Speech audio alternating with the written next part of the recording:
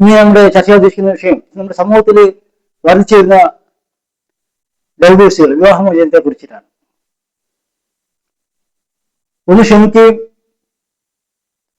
ഒന്ന് കണ്ണീമ്പുകയൊക്കെ ചെയ്തു കഴിഞ്ഞാൽ 90% ഒഴിവാക്കാവുന്ന കേസുകളാണ്. ഈ സമയത്ത് എനിക്ക് ഓർമ്മ വരുന്നത് കാശിഭൂമി ശബരിമലയ്ക്ക് കൊടുത്ത ഒരു ഉപദേശമാണ്. ഭർത്താവിന്റെ വീട്ടിലേക്ക് അയക്കാൻ വേണ്ടിയിട്ട് തയ്യാറായി നിൽക്കുന്ന, അപ്പൊ കൊടുക്കുന്ന ഒരു ഉപദേശം ഞാനിവിടെ ചർച്ച ചെയ്യാൻ ഉദ്ദേശിക്കുകയാണ്. സേവിക്ക വേണം ഗുരുക്കളെ അൻപതും തോഴിയാകേണം സപത്നിമാർക്കാകനി. ഭർത്താവിനാൽ അപമാനിതയാകിനും ക്രുദ്ധത കൈക്കൊണ്ട് എതിർത്തു നിന്നിടല. എത്രയും ദാക്ഷിണ്യ മേലണം വൃദ്ധരിൽ ഉദ്ധവരാകാതിരിക്ക ഭാഗ്യങ്ങളിൽ. തന്നിമാർ പോകുന്ന ദേവം ഗൃഹിണിമാർ തന്നിലെ അല്ലായെങ്കിൽ വീട്ടിൽ വിപത്തുകൾ. അത് രാജാവാണ് ദുഷ്യന്, അവിടേക്കാ പോകുന്നത് ശകുന്തള. അത് രാജാക്കന്മാർക്ക് ഗുരുക്കളൊക്കെ ഉണ്ടാവും, അവരെ എപ്പോഴും നമ്മൾ സേവിക്കണം. അതായത് രാജാവിന് കൂടുതൽ ഭാര്യമാരൊക്കെ ഉണ്ടാവും, അവർക്കൊക്കെ തോഴിയായി മാറണം. തോഴിയാകണം സപത്നിമാർക്കാകനി. ഭർത്താവ് രാജാവാണ്, ഒരുപാട് ടെൻഷൻ ഉണ്ടാവും.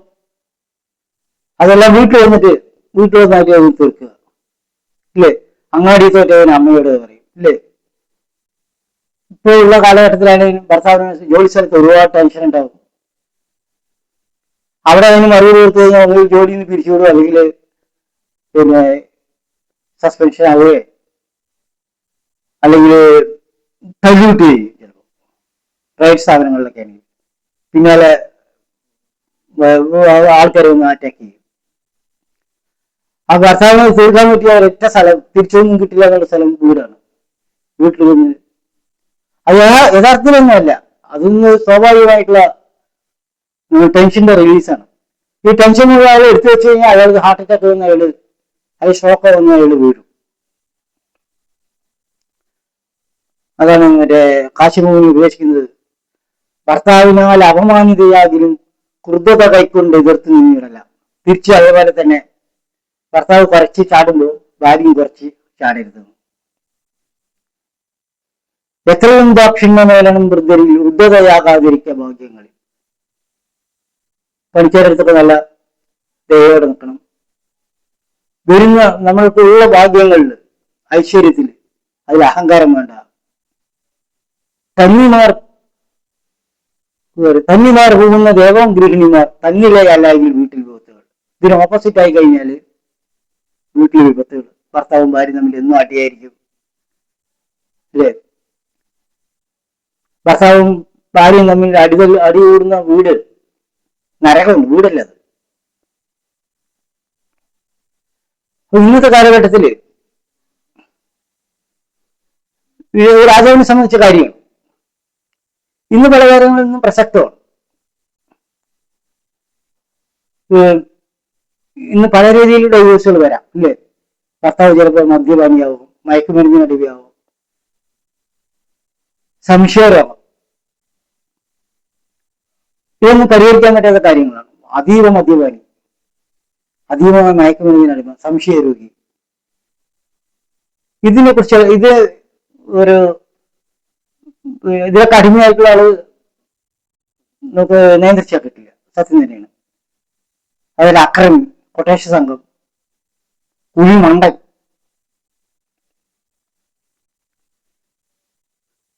ഇന്നത്തെ കേസുകളൊക്കെ വരുമ്പോൾ ഒരു ഡൈവേഴ്സിന്റെ സിറ്റുവേഷൻ അറൈസ് ചെയ്യാം. പക്ഷെ ബഹുഭൂരിപക്ഷവും ഒന്ന് കഴിയുകയാണെങ്കിൽ ഈ പ്രശ്നങ്ങൾ പരിഹരിക്കാവുന്ന കാര്യങ്ങളേ ഉള്ളൂ. അപ്പൊ എവിടെ നിന്നൊക്കെയാണ് ഈ വഴക്കുകൾ വരാൻ കാരണം എന്താണ്? ഭഗവാൻ ഗീതി പറഞ്ഞു, ഇച്ഛാദ്വേഷ സമുത്തേന ദ്വന്ദ്വമുഖേന ഭാരത സർവഭൂതാനി സമൂഹം സർഗേ യാന്തി പരന്തഭ. സൃഷ്ടികാലത്ത് തന്നെ രാഗദ്വേഷാദി ദ്വന്ദ്ങ്ങളിൽ നിന്ന് ഉദ്ഭവിക്കുന്ന സുഖദുഃഖാദി ദ്വന്ദ്ങ്ങൾ നിമിത്തം ഉണ്ടാകുന്ന അവിവേകത്താൽ എല്ലാവരും മൂടന്മാരായിട്ട് ജനിക്കുന്നു, മൗഢ്യത്തോടെ ജനിക്കുന്നു. ഇല്ല, ഒരു ഭാര്യയും ഭർത്താവും ആദ്യ രാത്രി അങ്ങനെ നിൽക്കുമ്പോൾ, അല്ലെങ്കിൽ പിന്നെ ഏതെങ്കിലും രാത്രി അതുപോലെ കുട്ടികളുടെ വന്നു സുഖം വേണം, സുഖം വേണം, രണ്ട് ശരീരം അങ്ങനെ കാമാർത്തിയോടെ രണ്ട് ദേഹങ്ങൾ ഒന്നിക്കുന്നു, ഇല്ലേ? സുഖം വേണം, സുഖം വേണം, സുഖം വേണം. മൂഢതയോടെയാണ് ഒരു ജീവി ഉപയോഗിക്കുന്നത് തന്നെ, മൗഢ്യത്തോടെയാണ്, മൂഢനായിട്ടാണ് ജനിക്കുന്നത്. മായിട്ട് കരഞ്ഞുകൊണ്ടാണ് ആ ജനിച്ചു വീഴുന്നത് തന്നെ കരഞ്ഞുകൊണ്ടാണ്. അത് ജീവിത അവസാനം വരെയും കരഞ്ഞുകൊണ്ടേയിരിക്കുന്നു.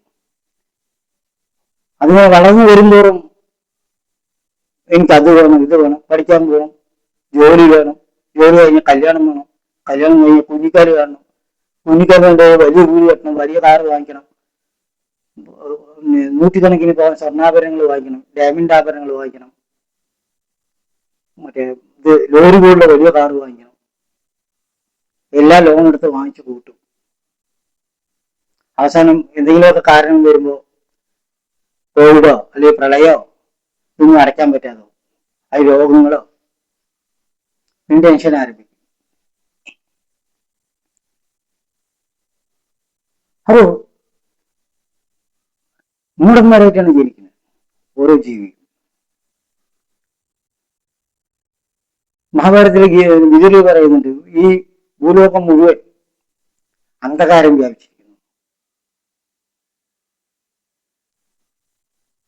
മഹാഭാരതത്തിൽ തന്നെ യക്ഷൻ ധർമ്മത്തിനോട് ചോദിക്കുന്നുണ്ട്, ഈ ലോകം മുഴുവൻ ഒന്നും നിറഞ്ഞു നിൽക്കുന്നു, അജ്ഞത എന്നാണ്, അറിവില്ലായ്മ. അപ്പൊ ഈ ലോകം മുഴുവൻ അജ്ഞന്മാരാണ്. അപ്പൊ ഒരു അജ്ഞന്മാര് അജ്ഞത നിറഞ്ഞു നിൽക്കുമ്പോ ഭാര്യയിൽ നിന്നോ ഭർത്താവിൽ നിന്നോ ബുദ്ധിപരമായിട്ടുള്ള ഒരു കാര്യം പ്രതീക്ഷിക്കുക. ഭർത്താവ് നിങ്ങളെ കുറ്റം പറയുമ്പോൾ ഒരു അജ്ഞം കുറ്റം പറയാമെന്ന് വിചാരിക്കും, അല്ലെങ്കിൽ ഭാര്യ കുറ്റം പറയുമ്പോൾ ഒരു അജ്ഞം കുറ്റം പറയും, ഒരു മൂടൻ അല്ലെങ്കിൽ മൂട. ക്ഷമിക്കണം, കണ്ണീർ പറയും. കാരണം ഇതെല്ലാം, ഈ പ്രശ്നങ്ങളെല്ലാം കുറെ കഴിയുമ്പോൾ ഇതൊക്കെ സോൾവ് ആവും, താനേ സോൾവ് ആവും. ഇപ്പോ അമ്മായിയമ്മയുടെ പീഡനം, ഇത് നാത്തുമ്മയുടെ പ്രശ്നം, ഇതൊക്കെ കുറെ കഴിയുമ്പോൾ ഇതൊക്കെ ഒഴിയോ. അതൊന്നും പെർമനന്റ് ആയിട്ടുള്ള കാര്യമല്ല. മനുഷ്യരെല്ലായ്പ്പോഴും കാപട്യത്തോടെ പെരുമാറുന്നു എന്ന് പറഞ്ഞിരിക്കുന്നു. മറ്റുള്ളവരെ പൂർണ്ണമായി വിശ്വസിക്കുന്നവർ ആപത്തിപ്പെടുന്നു. ഭീഷ്മർ പറഞ്ഞു, world is a stage, we are actors എന്ന് ഷേക്സ്പിയർ പറഞ്ഞിരിക്കുന്നു, ഇല്ലേ? ലോകം ഒരു നാടകശാലയാണ്, നമ്മൾ അവിടുത്തെ അഭിനേതാക്കൾ. അപ്പൊ നമ്മൾ നന്നായിട്ടൊക്കെ അഭിനയിക്കണം. നമ്മളെ ആരെങ്കിലും കുറ്റം പറയുമ്പോൾ നമ്മളതൊന്നും മൈൻഡ് ചെയ്യേണ്ട ആവശ്യമില്ല. തുല്യനിന്ദ സുവർമൗനി സന്തുഷ്ടോ യേന കേനചിത് അനികേത സ്ഥിരമുതർ ഭക്തി മൗനി പ്രിയോ നരഹ. നിന്ദയും സ്തുതിയൊക്കെ തുല്യമായിട്ട് കരുതുന്ന ഭാവം പറയുന്നു, ഇല്ലേ? സമശത്രൗജമിത്രേജ തഥാ മാനാപമാനിയോ ശീതോഷ്ണ സുഖദുഃഖേഷു സമസംഗ വിവർജിത. ശത്രുവിന് മിതത്തെയോ ഒരേപോലെ കാണും, നിന്റെ സ്തുതിയൊക്കെ ഒരേപോലെ കാണും. അത് മൈൻഡ് ചെയ്യേണ്ട ആവശ്യമില്ല. നിങ്ങൾ അറിഞ്ഞു വെക്കേണ്ടതാണ്, ശത്രു മിത്രം എല്ലാം ഒരേപോലെ. അത് നമ്മളെ ബാധിക്കാൻ പാടില്ല. അത് അവരാൾക്കാരൊക്കെ എന്തോ പറഞ്ഞിട്ട് പോട്ടെ, അത് അപ്പോഴാ നമ്മുടെ ചെവി കേൾക്കാണ്ടാവട്ടെ. ഈ ടെൻഷൻ വരുന്നതിന് വേറെ കാരണങ്ങളുണ്ട്. ടെൻഷൻ കണ്ണി കണ്ട ലോണൊക്കെ എടുത്ത് വെച്ച് ടെൻഷൻ വരാം. വിറ്റാമിൻ D12 കുറഞ്ഞാൽ ഭയങ്കര ടെൻഷൻ ആയിരിക്കും. വിറ്റാമിൻ D കുറഞ്ഞാല്, അതേപോലെ ആർത്തവവിരാമമൊക്കെ വരുമ്പോൾ, അതിന്റെ ഹോർമോൺ ചേഞ്ചസ് ഒക്കെ വരുമ്പോൾ വലിയ ടെൻഷൻ ആയിരിക്കും, വലിയ വഴക്കും ഇതൊക്കെ ആയിരിക്കും വിറ്റാമിൻ B12 കുറഞ്ഞാൽ. അപ്പോ പിന്നെ ഈ മൂടന്മാരുടെ അഭിപ്രായ വ്യത്യാസം കാരണമാവും. മൂടന്മാര് ഓരോ അഭിപ്രായങ്ങൾ തന്നെ അവർ അടിച്ചുവിടും, അവർ കണ്ടത് വെച്ചിട്ട്.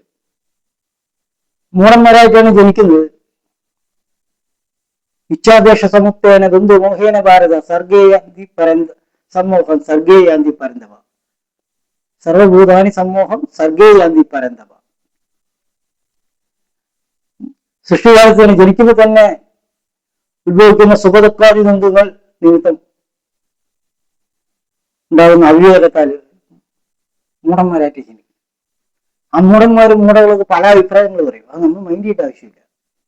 കണ്ണി നിൽക്കുക. എല്ലാവരും ആക്ട് ചെയ്യുന്നു, നമ്മളും ആക്ട് ചെയ്യുക. കുറെ കഴിയുമ്പോൾ ഈ പ്രശ്നങ്ങളൊക്കെ താനേ സോൾവ് ആവും.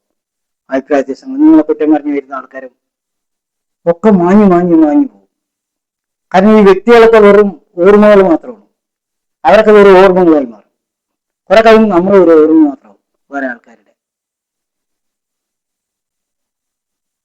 നമ്മൾ വീട്ടിലേക്ക് ഒരു കല്യാണം കഴിഞ്ഞ് വരുമ്പോൾ ഒരു കുട്ടി വരുമ്പോൾ മനു തന്നെ പറയണ്ടേ, എത്ര നാര്യസ്തു പൂജ്യന്തേ രമന്തേ തത്ര ദേവത, എത്ര ഇതാസ്തുന പൂജ്യന്തേ സർവസർവലാക്രിയ. എത്ര നാര്യസ്തു പൂജ്യത, എവിടെ വനിതകൾ ആദരിക്കപ്പെടുന്നു അവിടെ ദേവതമാർ അധിവസിക്കുന്നു. എത്ര ഇതാസ്തുന പൂജ്യന്തേ, എവിടെ വനിതകൾ അനാദരിക്കപ്പെടുന്നു അവിടുത്തെ എല്ലാ കർമ്മങ്ങളും നിഷ്ഫലമായി മാറും. നിഷ്ഫലം. അതാണ് ഭാര്യയും ഭർത്താവിനും തമ്മിൽ അടികൂടുക, അല്ലെങ്കിൽ കുട്ടി അവിടെയുള്ള കല്യാണം കഴിഞ്ഞ കുട്ടിയെ കുറ്റം പറഞ്ഞുകൊണ്ട് സ്ത്രീ കാര്യത്തിന്റെ പേരിൽ പീഡിപ്പിച്ചുകൊണ്ടിരിക്കുക, അല്ലെങ്കിൽ വേറെ എന്തെങ്കിലും പേരിൽ ആ വീടൊക്കെ അകപ്പതിച്ചു പോകും. വീടല്ലാതെ ഭ്രാന്താലയം, നരകവും. തമ്മിലുള്ള വീട്, വഴക്കും വക്കാനുള്ള വീട്, അതിന് വീടെന്ന് ഒരിക്കലും പറയാൻ പറ്റില്ല.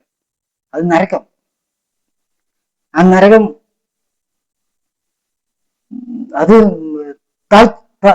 താഴോട്ടേ കൂടും, ഒരിക്കലും ഉയർന്നു വരാൻ സാധിക്കില്ല. സംസാരിക്കുന്നത് ബുദ്ധിപരമായിട്ടൊക്കെ തോന്നുന്നുണ്ടാവും സംസാരിക്കുന്നവർക്ക്, പക്ഷെ ഐശ്വര്യം ഉണ്ടാവില്ല. എത്ര അതുകൊണ്ട് വനിതകൾ, നമ്മൾ വീട്ടിൽ കല്യാണം കഴിഞ്ഞ് വരുന്ന കുട്ടികളായാലും ആരായാലും, വീട്ടിലെ അച്ഛനായാലും അമ്മയായാലും സഹോദരിമാരായാലും ആരായാലും ഈ കാര്യം എപ്പോഴും ഓർമ്മയാണ്. എത്ര നാര്യസ്തു പൂജ്യന്തേ രമന്തേ തത്ര ദേവത, എത്ര ഇതാസ്തുന പൂജ്യന്തേ സർവസത്ര ബലാക്രിയ. ഇവിടെ വനിതകൾ ആദരിക്കപ്പെടുന്നു അവിടെ ദേവതമാർ അധിവസിക്കുന്നു. എവിടെ അവർ അനാദരിക്കപ്പെടുന്നു അവിടുത്തെ സർവ കർമ്മങ്ങളും നിഷ്ഫലമായി മാറും. അപ്പൊ എല്ലാം ഇത് നിങ്ങൾ കുറച്ച് ക്ഷമയോടെ ഈ നിസ്സാരമായിട്ടുള്ള കാര്യങ്ങളിൽ പിടിച്ചു നിൽക്കാതെ കുറച്ച് ക്ഷമിച്ച് കുറച്ച് വെയിറ്റ് ചെയ്യുക. ഭർത്താവ് സംശയരോഗിയും തോന്നും, അല്ലെങ്കിൽ മദ്യം മയക്കുമരുന്നിൽ അടിമ അല്ലെങ്കിൽ കൊട്ടേഷൻ സംഘം അതൊന്നും അല്ലെങ്കിൽ കുറച്ച് ക്ഷമിച്ചിട്ട് വെയിറ്റ് ചെയ്യുക. മൂടന്മാരുടെ അഭിപ്രായങ്ങൾ കണ്ണിയുമ്പോൾ മറുപടി പറയരുത്. എപ്പോഴും നമ്മള് അതിനൊരു മറുപടിയും പറയാതെ ക്ഷമയോടെ കേട്ടിരിക്കുക. മനവേന്ദ്ര വിളങ്ങുന്നു ചന്ദ്രനെ പോലെ നിന്മുഖം. എപ്പോഴും പൂഴ്ത്തിക്കൊണ്ടിരിക്കുക. എല്ലാരും ആഗ്രഹിക്കുന്നത് ഡിസൈഡ് ടു ബി ഇമ്പോർട്ടന്റ്. ആരെയും ഒറ്റയടിക്ക് അത് ശരിയല്ല പറയുന്നതിന് പേര് അഭിപ്രായം പറയണ്ട. നമ്മളെ ലോകത്ത് നേരാക്കാൻ നമ്മളെ ആരും ഭഗവാൻ നിയോഗിച്ചിട്ടില്ല. ഭഗവാൻ പറയുന്നത് സ്വയം നേരാവണം. ഉദ്ധരേതാത്മനാത്മാനം ഞാൻ ആത്മാനമോ സാധി. ഉദ്ധരേതാത്മനാത്മാനം, നമ്മളെ നേരാക്കാനാ പറയുന്നത്. അതുകൊണ്ട് അഭിപ്രായങ്ങളൊന്നും മറുത്തോട് വാദപ്രതിവാദത്തിനൊന്നും ആവശ്യമില്ല. സന്തോഷത്തോടെ ക്ഷമയോടെ കുറച്ച് നമ്മൾ മുന്നോട്ട് പോവുക. ഇതേപോലുള്ള കാര്യങ്ങൾ മുണ്ടുമുളയ്ക്കും ഡൈവോഴ്സ് എന്നുള്ള ആ ഒരു സിറ്റുവേഷനിൽ ഒരിക്കലും വരരുത്. കാരണം നമ്മൾ വേറൊരു വീട്ടിലേക്കാണ് പോകുന്നത്. അവിടുത്തെ അച്ഛനമ്മയും നമ്മുടെ അച്ഛനമ്മയായിട്ട് തന്നെ കാണണം. അവിടെ വരുന്ന പെൺകുട്ടികളെ സ്വന്തം മകളായിട്ട് തന്നെ കാണണം. ഒരിക്കലും അവരുടെ സ്ത്രീധനെടുത്ത് നമ്മൾ ഒരിക്കലും ചെലവാക്കരുത്. അതിൽ ആഗ്രഹിക്കരുത്. നമ്മൾക്ക് ഐശ്വര്യം വരണമെങ്കിൽ നമുക്ക് ഇവിടുന്ന് തന്നെ നമ്മൾ മക്കൾ നല്ലവരാണെങ്കിൽ ഇവിടുന്ന് തന്നെ അവർക്ക് വേണ്ട കാര്യങ്ങൾ അവർക്ക് നേടിയെടുക്കാൻ സാധിക്കും. ഒരിക്കലും മറ്റുള്ളവരുടെ ധനമൊന്നും ആരുടെ ആവശ്യമില്ല.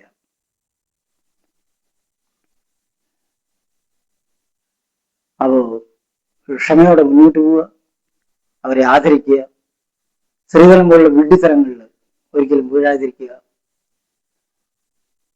Thank you very much for watching this video. Thanks a lot.